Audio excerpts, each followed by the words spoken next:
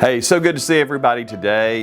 We have a good question, one that may take a little bit longer than 2 or 3 minutes to answer, it looks like. But the question is, when talking about financial literacy for young adults, what are your top 5 takeaways? I would have to say my top 5 start with number 1, creating a budget. Really important to your financial life and staying on track. I kind of equate to creating a budget and developing that budget to forming a sports team, right? When you practice and you put everything together, all your best plans, all your best plays, when you're in the game, you've got to keep score. Secondly, I would have to say that understanding credit is really a major key to financial success. When you think about it, your credit score really can impact really the cost of credit, the cost of doing business when it comes to borrowing money.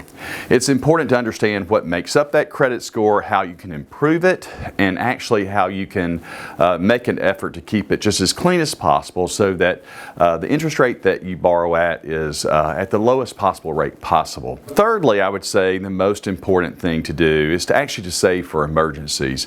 You know, those unexpected expenses always come up, and they normally come up at the most inconvenient time.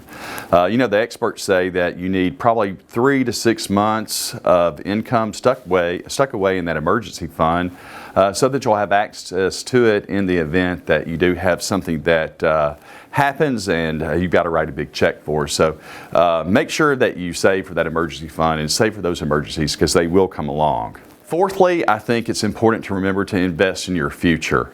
Every budget starts with really a great savings plan. Often we kind of overlook that and we think that if we only have $50 a month to save, that's really not enough to make a difference. But it really is. Make sure that you are always including in your budget and in your financial lives a pattern of savings so that your future will be brighter and that you'll be able to provide for yourself in your older age. And then fifthly, I think it's probably avoiding debt when possible. Sometimes borrowing money is really easy to do. Sometimes pulling out that credit card and swiping that credit card and running up a balance that's sometimes often almost impossible to pay off at the end of the month is a real problem, and it really can impact your future. So those are my top 5, but I've got to tell you there's one more that I think is awfully important, and that one is actually practice the art of giving.